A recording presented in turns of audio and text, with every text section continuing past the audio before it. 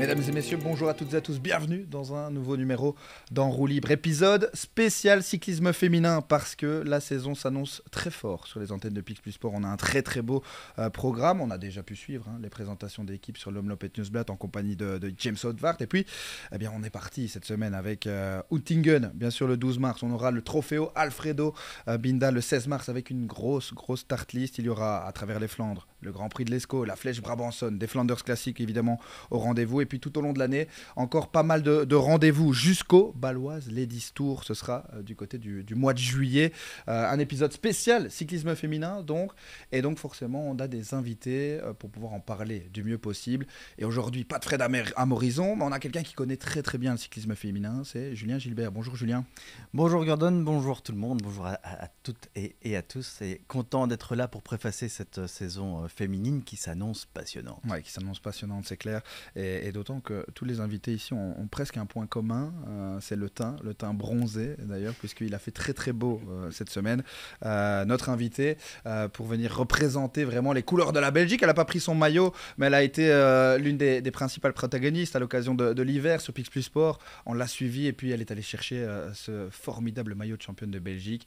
Marion Norbert-Riberol qui est présente avec nous. Merci Marion, ça va ? Ouais, le plus beau maillot, ça c'est vrai, faut le dire. Tu aurais pu le prendre quand même. C'est vrai que j'ai pas pensé. Ouais, j'aurais dû te le Il est dire au aussi. chaud dans mon placard. Mais je rentre de coupure, donc je suis pas trop encore dans le vélo là. Je vais m'y remettre. Une coupure au ski, Ouais. notamment comme Julien Gilbert. On a également le directeur sportif de l'équipe baloise Minimax Ladies, forcément, qui est là pour représenter la Wallonie, puisque ça progresse au niveau du cyclisme féminin aussi. Bonjour Robin. Bonjour à tous, Maxi, ouais ça progresse, c'est Pas- chouette. Pas de ski pour toi. Non, Robin. j'ai roulé, mais en Belgique. On va Ah, bah profiter voilà. du beau temps. Donc, Ouais, il a fait beau, ouais. il a fait beau en Belgique et cette semaine c'était le championnat de Belgique, ça ce sera plus tard dans l'année. Cette semaine c'était aussi le carnaval de Binche, donc j'ai un petit cadeau pour vous.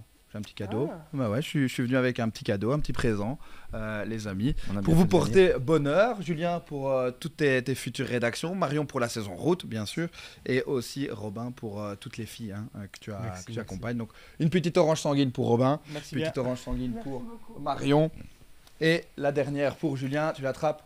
Magnifique, C'est parfait, merci. C'est parfait. La saison va être En bonne. même je temps, le cette sens. semaine, j'ai pas arrêté d'en Ah lancer, mardi en tout cas. Mais donc voilà, petit présent pour commencer ce podcast tout à fait particulier. On le disait, avec Marion, on va revenir là-dessus brièvement, puisqu'on aura l'occasion de parler plus globalement du cyclisme féminin. Mais on commence évidemment avec Marion, championne de Belgique, ça y est, tu as été la chercher enfin. Ouais, enfin, après plusieurs médailles d'argent et une de bronze, ou deux de bronze et une d'argent, je sais plus. Ouais, j'attendais et ça fait vraiment plaisir, quoi. Et puis j'ai pu savourer, j'avais quand même de l'avance, donc je pense que je m'en rappellerai pendant longtemps. Ouais, en plus que tu as été chercher donc, au courant de la saison 3 victoires, 3 succès, comme l'année passée. Mais cette fois-ci, il y a encore des places d'honneur en plus à rajouter sur ce palmarès en 2024-2025. C'est notamment un cap franchi, notamment sur les Coupes du Monde, ainsi que sur les super prestiges. C'est vrai que, on va dire, je pêche un peu en termes de régularité plusieurs fois les saisons. Mais là, j'étais plutôt contente. Je terminais presque dans le top 10 de la Coupe du Monde, 11e, donc c'est quand même pas mal. Avant, j'étais jamais dans le top 20, donc c'est déjà bien. Et puis, j'ai quand même réussi à faire des belles places de podium. Et puis, même encore en fin de saison, j'avais encore un peu d'énergie au Cross de Bruxelles, qu'une belle deuxième place. Donc, ouais, j'étais contente. Et puis, c'était une de mes meilleures saisons, je pense, en termes de régularité. Et puis, c'est vrai que le championnat de Belgique, c'était la cerise sur le gâteau et je l'attendais depuis un moment. Ouais, quelle journée, Julien, à Heusden-Zolder. Bon, il y avait eu la 5e place sur le Super Prestige à Gullegem, 6e à Middelkerk, 7e sur la Coupe du Monde à Gavereux, j'y étais notamment, 8e sur les Coupes du Monde à Dendermonde, à Besançon et à Dublin. Julien, c'est une saison réussie, on peut le dire, pour Marion Norbert. Clairement, et puis il y a ce magnifique maillot noir, jaune, rouge qui met plein de couleurs à ta saison, forcément. Il y a eu les victoires, tu l'as dit, il y a aussi eu ces podiums en très bonne compagnie. Ça devait faire quelque chose quand même d'être avec les Van Den Poel et d'autres sur le podium. Bah, c'est vrai, on roule avec ces filles en Coupe du Monde et elles sont toujours là pour la victoire. Donc partager un podium avec les cadors du cyclocross, c'est toujours chouette. Mais après, voilà, je me laisse pas trop impressionner. Moi aussi, je suis là et faut faire sa place. C'est vrai que c'est pas toujours évident parmi toutes ces Hollandaises. À chaque fois, on regarde le top 10, il n'y a que des drapeaux de la Hollande. Donc, il faut faire sa place. Mais plutôt satisfaite de ma saison. Et puis, monter sur le podium, ça fait toujours plaisir. Et puis, pour l'équipe aussi, c'est super important. Donc, j'ai vraiment apprécié. Bon, Et maintenant, donc la coupure. Tu as entretenu la condition sur les pistes de ski. Et la suite, ça va être quoi? Ça va être une partie de saison de route? C'est vrai que ça m'a un peu chauffé les pistes. Quand tu t'arrêtes pas, tu descends sans t'arrêter. Ça améliore la technique, Marion? Je sais pas. Pas forcément. Je pense non, je pense pas trop, mais Pas une gamelle? non, une petite, mais ouais, légère, je me suis légère. calmée. Et une petite raclette, une petite tartiflette quand Ouais, même, on s'est fait Pas plaisir. qu'une, je j'imagine. vais l'avouer. Ah, voilà. Non, bah franchement, j'ai bien profité parce que c'est vrai que fin de saison de cross, cette saison, c'était difficile pour moi mentalement. Je pense que j'étais fatiguée. Je pense que j'ai eu 35 cyclocross et c'est pas vraiment les courses en elles-mêmes, mais c'est tout le déplacement qu'il y a autour. Et ouais, mentalement, c'est prenant, c'était long. J'avais vraiment dur et je me sentais vraiment KO sur la fin. Donc ouais, 2 semaines de coupure, ça m'a fait du bien. Et puis maintenant, bah, je manque le vélo, j'ai envie de reprendre. Et puis voilà, vu la météo qu'il faisait en Belgique, ça m'a trop donné envie de rerouler. Donc ouais, je vais reprendre le vélo cette semaine, un petit peu de course à pied, parce qu'il faut aussi s'amuser. Et puis je vais reprendre à la Ronde de Moucron, donc le 21 avril. Donc c'est toujours bien de reprendre chez À la soi. maison. À la maison. Voilà. À la maison. Donc Magnifique. c'est nickel pour la reprise, quoi. Ouais, justement, tu parles d'une reprise sur la route. Quelles sont les ambitions? On sait que ça a quand même pas mal fonctionné hein, l'année passée notamment. Bon, moi, je me souviens particulièrement de ton podium à Binche, bien sûr.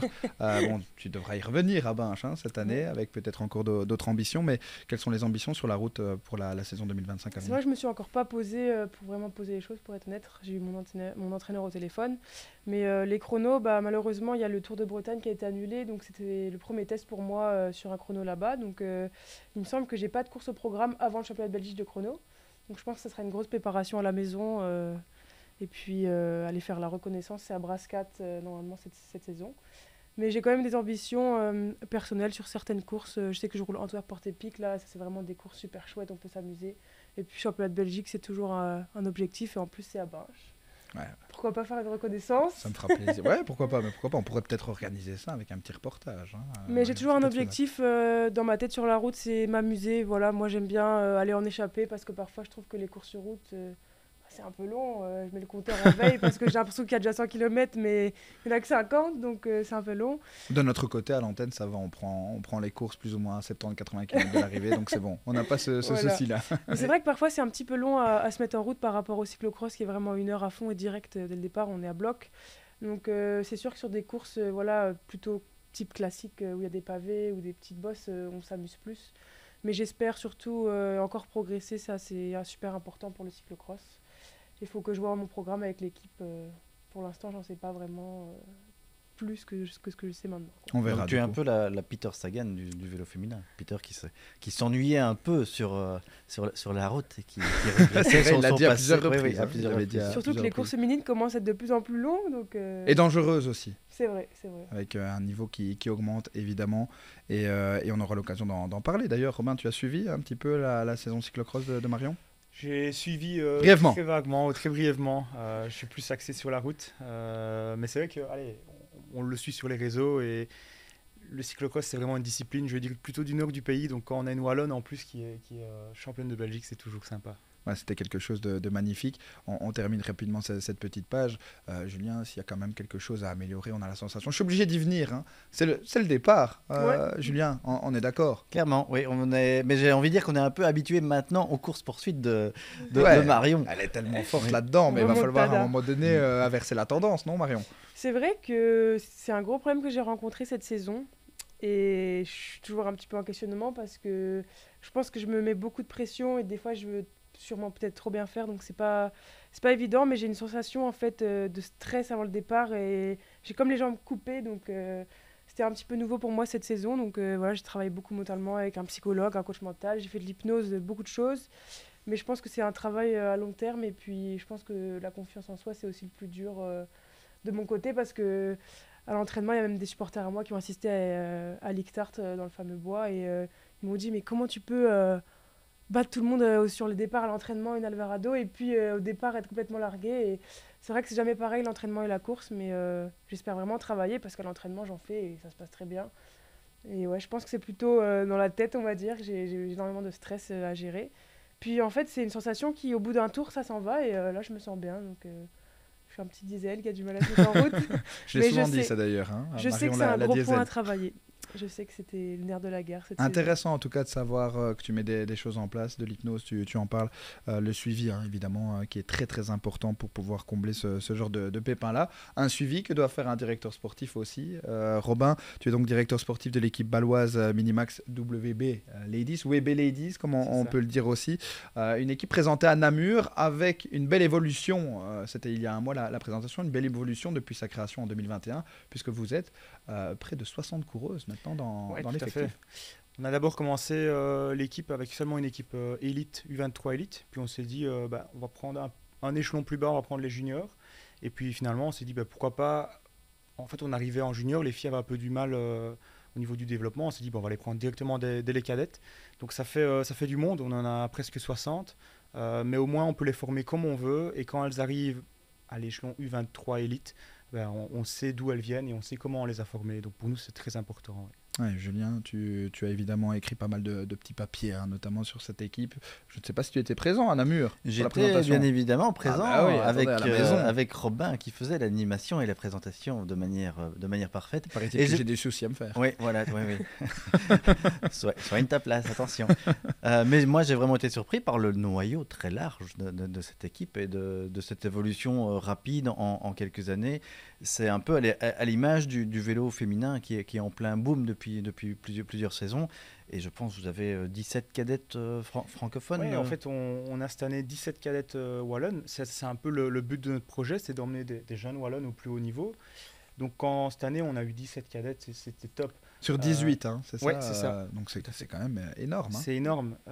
Et puis, à l'inverse, dans la catégorie U23 Elite, on a reçu 60 ou 70 CV de l'étranger. On a eu États-Unis, Australie, Nouvelle-Zélande. Ouais, j'ai Canada, France, Suisse, Portugal. Vous avez des Polonaises, Estoniennes aussi. C'est phénoménal. Oui, c'est fou. Et on voit que notre projet, il plaît en Belgique, en Wallonie, mais il plaît aussi à l'étranger. Et je pense que c'est important.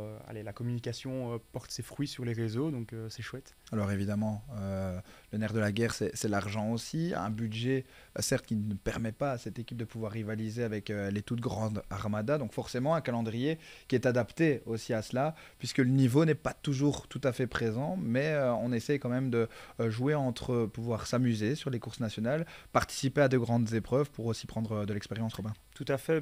Il y a des courses comme, on en parlait tantôt, la Ronde de Moucron ou le Samin, c'est des courses qui sont en Wallonie.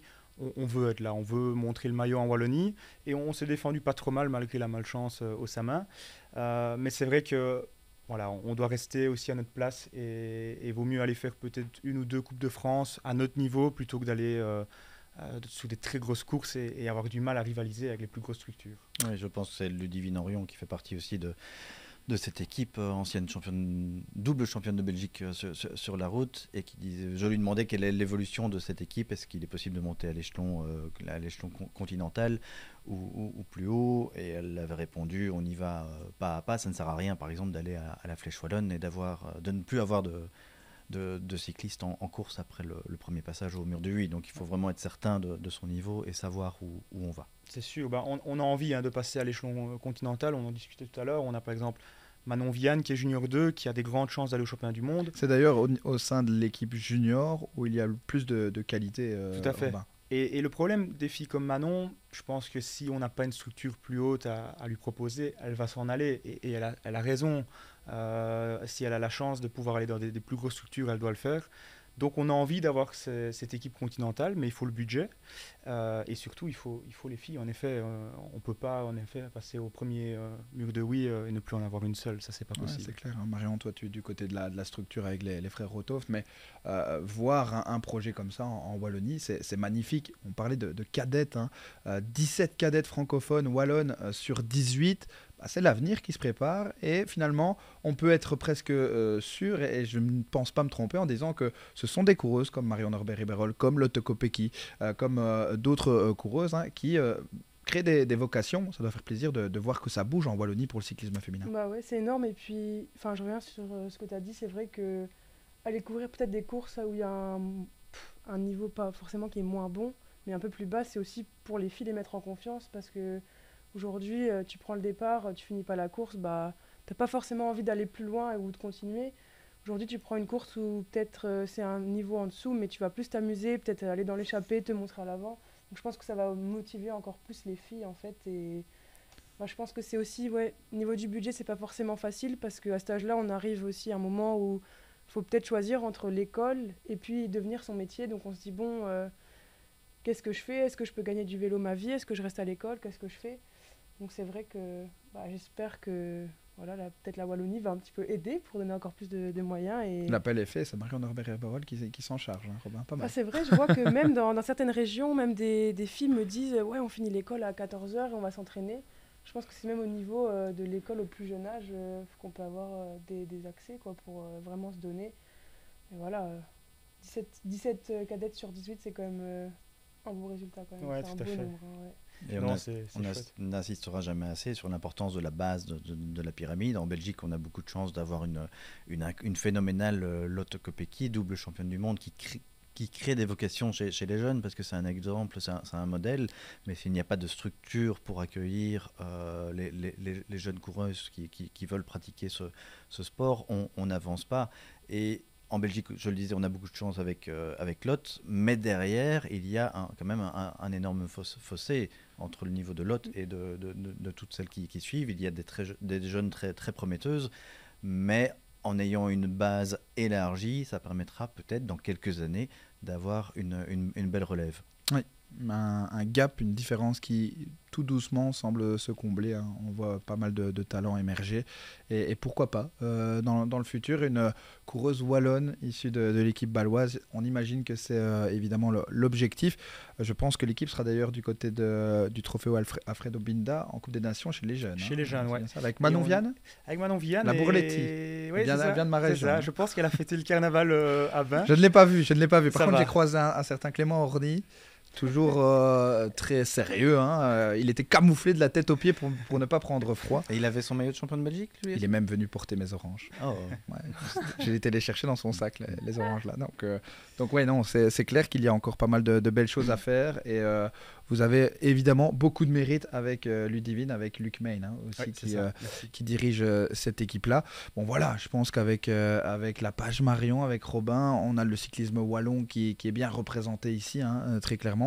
Et on va donner un petit coup d'œil dans le rétroviseur de ce qui s'est passé au niveau du cyclisme féminin depuis le début de saison, avec évidemment Julien, une page transfert qui marque l'histoire du cyclisme féminin, avec des contrats exceptionnels, vraiment, on ne pèse pas les mots. Demi Vollering qui part chez FDJ Suez, beaucoup de changements, un mercato XXL, synonyme vraiment d'une page qui se tourne pour le cyclisme avec l'évolution qui continue. Avec l'évolution qui continue, comme tu le dis très bien, Gordon, avec un vélo féminin qui se professionnalise de plus en plus. Et là, je pense que pour les téléspectatrices et pour les spectateurs, on est à l'aube d'une saison magnifique, avec une redistribution des cartes au niveau des équipes. Avant, on avait l'armada SD Works avec une panoplie de leaders. Ça reste une solide équipe encore avec Lotte Kopecky, avec Lorena Wiebes, avec le retour de la phénoménale Anna van der Breggen. Mais il y a eu plusieurs départs. Demi Vollering chez FDJ Suez, une équipe qui grandit, une équipe qui prend une nouvelle dimension, et on l'a vu au Strade Bianche, où elle a pris la course en main, où elle a dominé l'épreuve avec la victoire de Vollering. C'est un contrepoids par rapport à la supériorité de SD Works. On a aussi vu Longo Borghini partir de Lidl Trek pour aller chez UAE. Et chez SD Works, il y a eu aussi d'autres départs. Marlon Rosser, en direction de l'équipe Movistar notamment. Ouais. Et je trouve qu'une des épreuves qui a un peu marqué les esprits, c'était la première course de Van der Breggen sur le Tour de la Communauté de Valence. Une première étape, j'ai envie de dire, brutale et explosive, avec 3 filles qui sont à l'avant, et ces 3 filles qui étaient des anciennes SD Works, mais qui étaient là sur cette étape avec 3 équipes différentes. Vollering chez FDJ, Rosser chez Movistar, et la revenante Van der Breggen pour représenter SD Works. Donc il y a vraiment une redistribution des cartes. et ça va amener, je pense, plus de suspense encore sur les courses. Ouais, sans oublier évidemment le retour sur la route de Pauline Ferrand-Prévot aussi. Bon, ça avait été pas mal du côté de Valence, mais clairement sur l'Estradé, un podium magnifique. Comment on vit ce cyclisme féminin en 2025, Marion? On sent cette évolution avec ces contrats XXL, avec des grandes marques aussi qui rejoignent certaines équipes pour les représenter. C'est que du positif, on a la sensation. Ouais, j'ai l'impression qu'en fait, depuis que j'ai commencé le vélo, chaque année, il y a toujours un petit truc qui évolue. Et je pense qu'à des filles, par exemple, je connais Audrey Cordon, qui est une Française qui a arrêté le vélo, qui doit voir ça de loin et qui se dit, bah... Moi, j'ai arrêté trop tôt, là. Ouais. Mais c'est vrai que je pense qu'il y a de plus en plus de budget. Et puis aujourd'hui, on peut être une fille et super bien gagner sa vie dans le vélo. Donc je pense que ça va motiver aussi les jeunes. Et puis, même si je pense qu'elle part dans une autre équipe, c'est aussi intéressant de se dire, bah voilà, on a été l'équipe formateur des filles, donc c'est chouette. Mais ouais, il y a des contrats énormes qui se font avec des marques qui arrivent et qui se font dans l'athlétisme et tout ça. Enfin, on n'aurait jamais pensé voir ça dans le vélo. Mais moi, j'ai été aussi marquée par l'ouverture en Belgique, le Newsblad. Ouais. Là, on est sur le contre-exemple, Marion, peut-être, par rapport à l'évolution du cyclisme féminin. En fait, c'était pas la plus belle publicité, clairement. Je pense qu'il y a des équipes qui se pensent peut-être supérieures aux autres, je sais pas, mais les filles ont laissé, je sais pas combien de minutes. 14 minutes. Ouais, et puis c'est l'autoclasse qui vient remporter le Newsblad. Franchement, moi, j'ai trouvé que c'était... belle image aussi parce que ouais, c'est clair, magnifique. Mais c'est une très belle histoire et ça montre aussi que c'est les échappées du matin. Oui, voilà. Elles ne servent pas qu'à montrer le maillot. C'est clair, c'est clair. Et ça, moi, ça m'a rappelé le Jackie Durand de mon enfance, adolescence, et sa victoire avec son échappée fleuve sur un Tour des Flandres en 1992, je pense. Ouais. Et là, je ne suis pas certain que les filles de cette échappée matinale pensaient aller au bout. Pas du tout. Et justement, on parlait de la redistribution des cartes. Et il n'y avait pas Lot au départ chez SD Works. Il n'y avait plus Vollering chez SD Works puisqu'elle était chez FDJ. Il y a eu un peu de rivalité entre ces grandes équipes et elles ont été surprises par l'écart qu'a pris l'échappée matinale. Et donc ça peut amener aussi un spectacle différent. Ouais. C'est pas mal que ça se soit produit. À mon avis, ça va pas se produire chaque semaine et sur chaque classique. Elles ont retenu la leçon, mais pour moi, c'était une très belle histoire avec la première victoire de l'autoclass. Et quelle victoire! Ouais, une très belle victoire pour l'autoclass, évidemment, en l'absence de Lotte Kopecky. Ça, c'est quand même assez sympa parce que clairement, comme on en parlait tout à l'heure, côté peloton féminin belge, au départ de ce Newsblad, sans Kopecky, on n'avait pas le moindre espoir. Et puis finalement, c'est une Lotte qui l'emporte quand même. Ça, c'était quand même magnifique. Une Lotte peut en cacher une autre. Voilà. mais Robin, clairement, je vois que tu étais en train de réagir avec tes yeux sur ce qu'était en train de dire Julien. Oui, c'est magnifique pour Lotte, mais il y avait quand même aussi un petit peu cette contre-publicité finalement par rapport au cyclisme féminin. 14 minutes. Demi Vollering qui disait qu'il ne voulait pas prendre le lead, je pense, parce que s'ils prenaient le lead aujourd'hui, ils auraient dû le prendre pour toute la suite de la saison. Elle voulait envoyer un message avec son équipe, c'est ça. Je pense qu'à un moment donné, il faut mettre un peu la fierté de côté. À mon avis, dans les voitures des directeurs sportifs, ça a dû un peu chauffer dans les oreillettes. À un moment donné, il faut prendre ses responsabilités. Parce que Robin, c'est important aussi de dire que dans le cyclisme féminin, de plus en plus de coureurs et coureuses expérimentés se trouvent dans les staffs des directions sportives. C'est quand même spécial, par exemple, du côté de l'équipe FDJ Suez avec un Lars Boom qu'on laisse faire cela. Non, tout à fait. Je comprends pas. À un moment donné, quand on voit que l'écart il grandit, on doit dire ok, on met un tempo quand même pour limiter la casse, pour avoir une sécurité dans le final. Laisser 14 minutes, c'est costaud. Hein. C'est costaud, donc non, je comprends pas. Ouais, c'était un scénario impensable pour revenir donc sur cette évolution du cyclisme avec tous ces changements, ces transferts, cette évolution qui continue.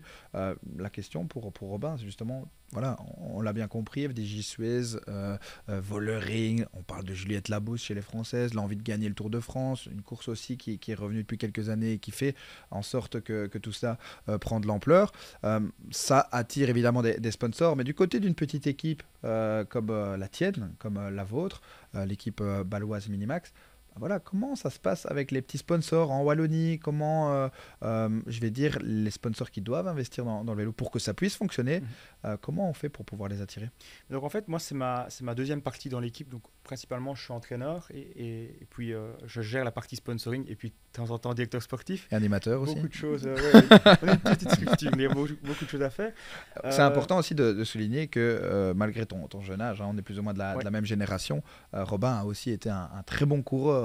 Jusqu'à il n'y a pas si longtemps, très bon, voilà, au niveau semi-professionnel, on va dire un petit peu avant. Il a gagné pas mal de belles courses, donc il connaît le vélo aussi, Robin, par rapport J'ai à beaucoup ça. progressé quand j'ai intégré l'équipe et que j'ai été dans la voiture. C'est ce qu'on disait tantôt avec le retour de Anna van der Breggen. Être dans la voiture, on voit aussi la course différemment. Et au final, moi, en tant que coach, quand j'étais sur le vélo, je me disais, je le dis aux filles de faire ça, je suis obligé de le faire. Donc, j'ai progressé aussi.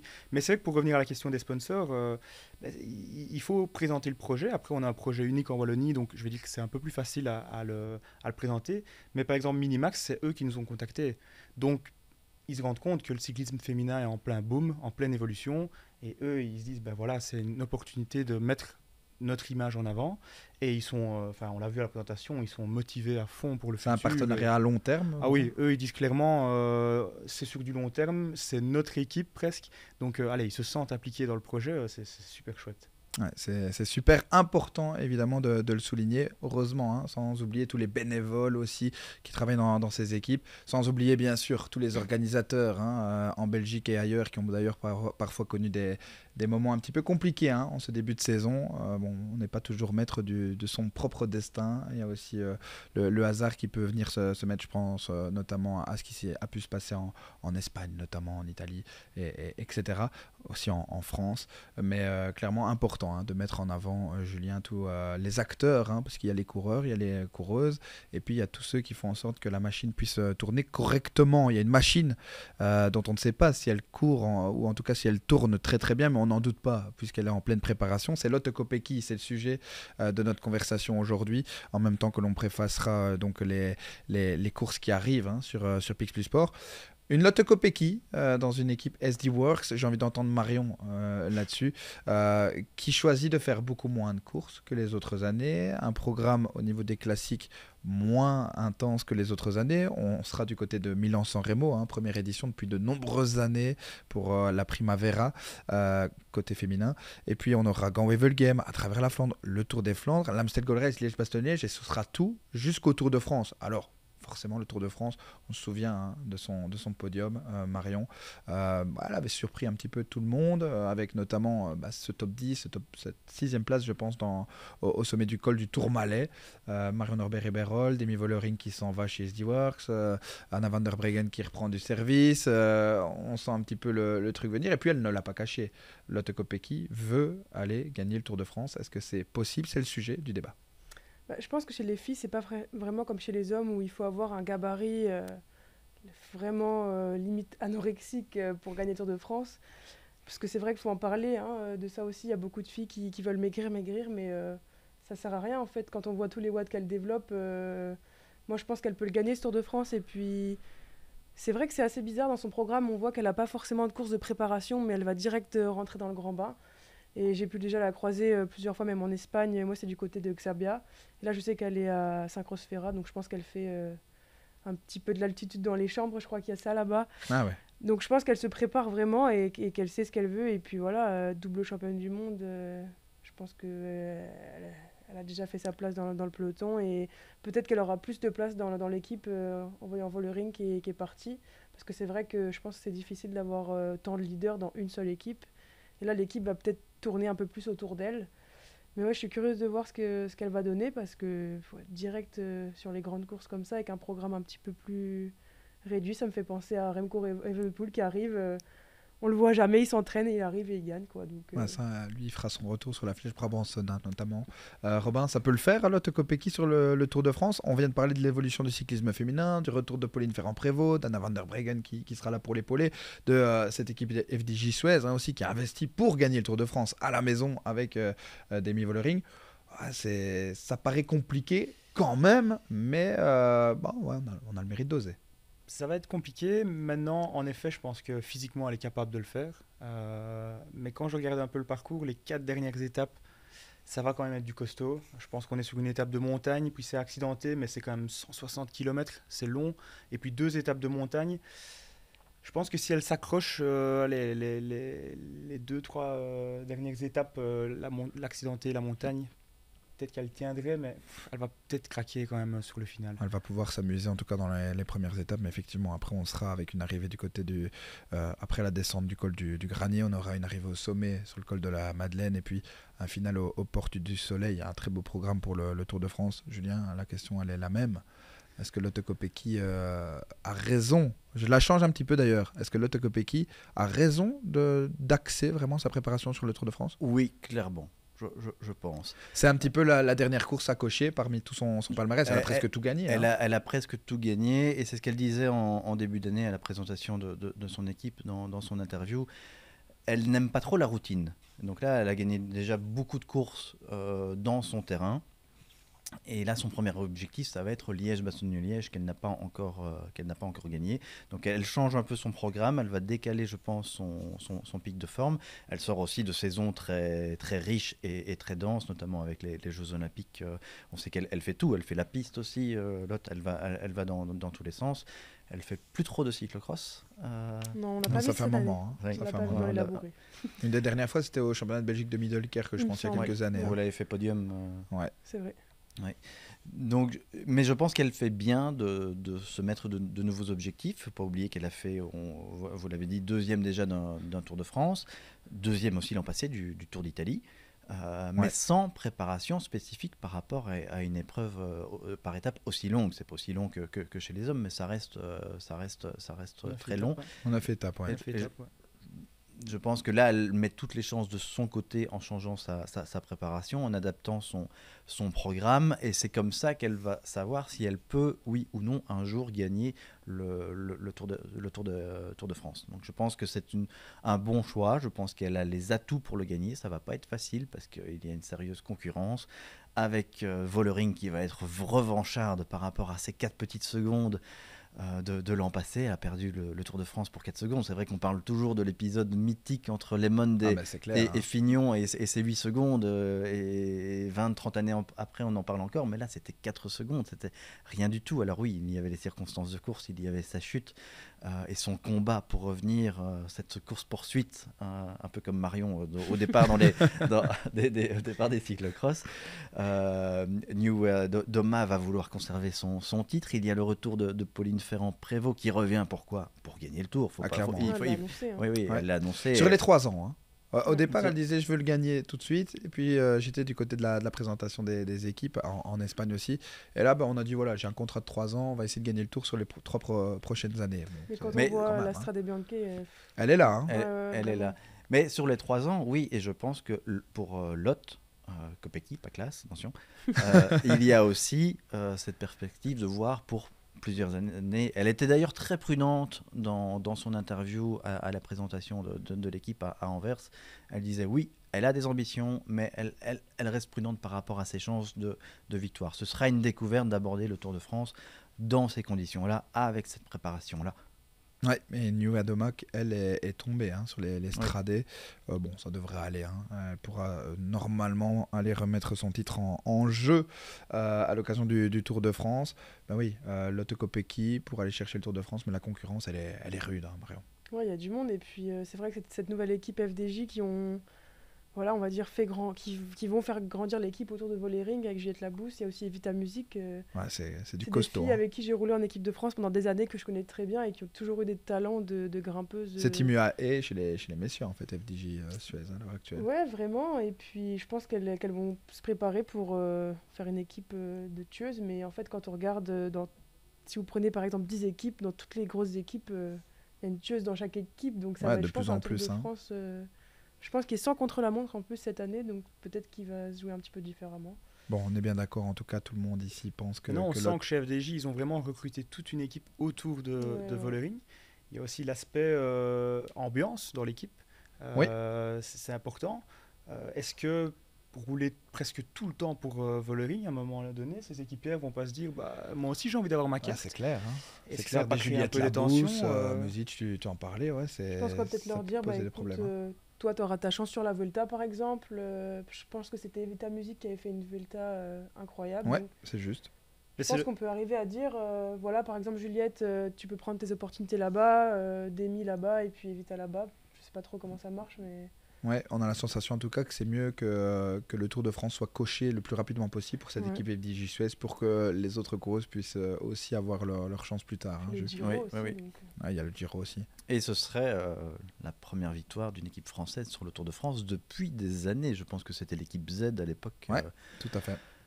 Donc ça à la fin des années 80 ou début des années 90, donc ça date. Et dans une interview pour préfacer le début de saison avec Christian Prudhomme, le patron du Tour de France, il avait dit le prochain vainqueur du Tour de France français ne sera pas un homme, mais ce sera une femme.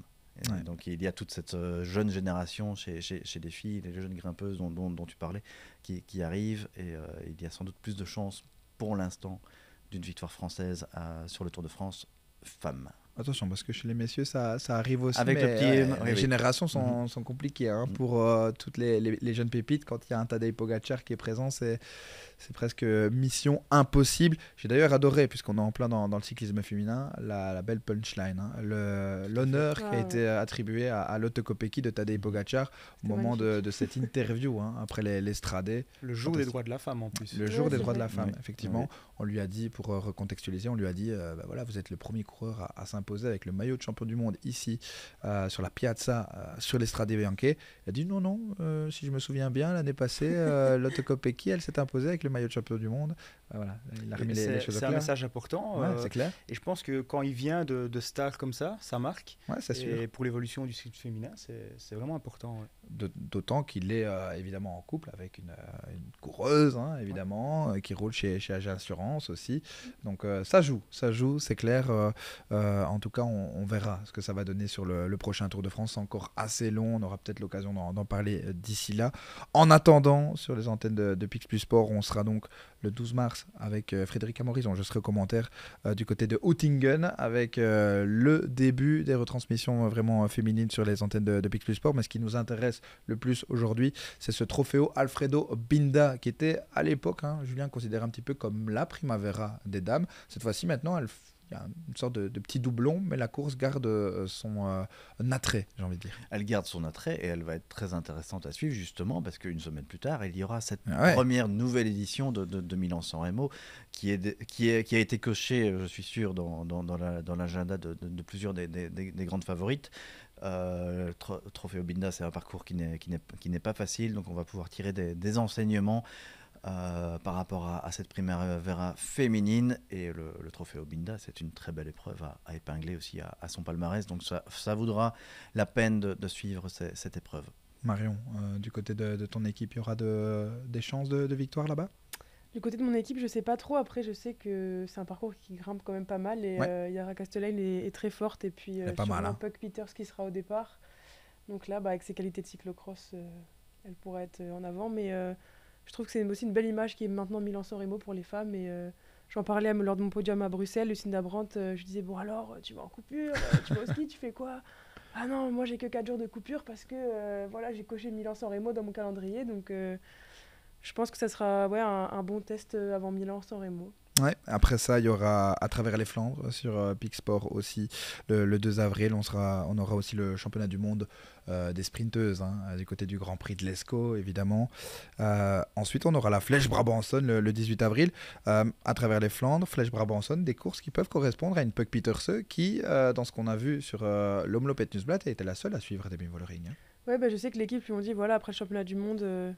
Petite semaine au ski, un petit peu de repos, et elle a repris du côté de Benicassim, là où on va en stage, avec que des entraînements endurance, pas d'intensité, parce que c'est vrai que quand on sort du cross, niveau intensité, on est au top et on manque juste de fond, donc je pense qu'il lui manque un petit peu peut-être de pourcentage pour être vraiment au top, et à mon avis ils veulent aussi la conserver pour le Tour de France, parce que l'année passée elle a quand même gagné une super belle étape lors du Tour de France. Ouais, c'est clair, hein, on s'en souvient.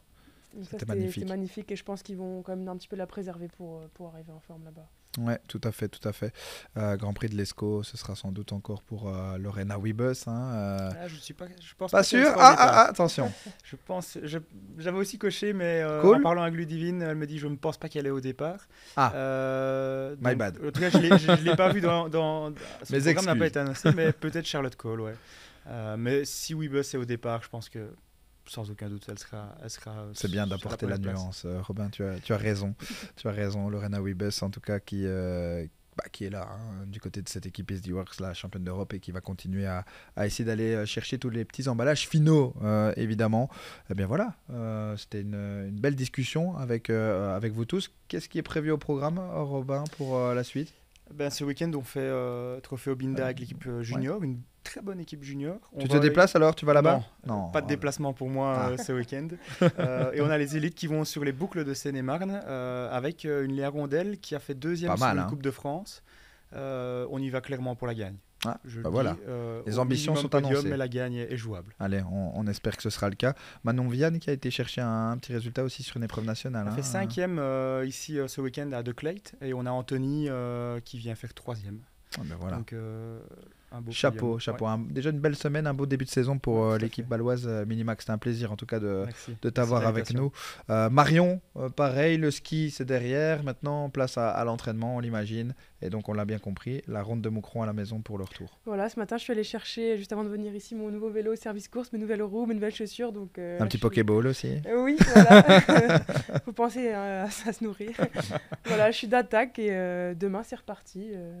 Bike fitting, on est parti pour une nouvelle saison et voilà, prochain rendez-vous, ronde de Moucron, donc c'est chez moi, donc ça va être une autre petite fête aussi. Plein de succès. L'orange, il ne faut pas la manger, il faut la poser dans votre maison, la laisser sécher, vous allez voir, elle va avoir une texture tout à fait particulière. Ce sont des oranges sanguines et elles portent chance, donc j'espère que ça va vous porter chance. Sur ma table de nuit. Ah ben voilà, très bien, tu m'enverras une petite photo. Julien, qu'est-ce qui est prévu toi après le ski aussi? Bon, tu as plutôt fait du snowboard, on le sait, pour évidemment privilégier tes genoux. Oui, et sans fracture, surtout pour travailler. Voilà. Sans fracture du poignet. Oui. Tu vas te rendre où toi? Là, je vais surtout me rendre dans les résultats de course que je n'ai pas analysés ces derniers jours pour le DH Challenge bicyclique.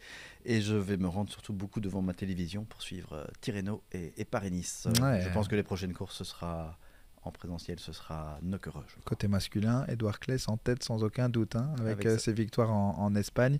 Premier coureur mondial au niveau des juniors actuellement. Ouais. Chapeau aussi. On aura l'occasion évidemment de pouvoir suivre ses performances puisque dans ce programme où il y a beaucoup de courses féminines, on met l'accent aussi sur la jeunesse et on aura l'occasion de suivre les Baloises Minimax à l'occasion de Grand Wevel Game et du Tour des Flandres, débutants, juniors, espoirs, tout y passera. C'est sur Pix Plus Sport évidemment avec cette ambition de mettre le cyclisme en avant, le cyclisme féminin, le cyclisme pour les jeunes. Ça se passe tout au long de cette saison 2025. C'était un plaisir d'être avec vous. Ciao, ciao tout le monde.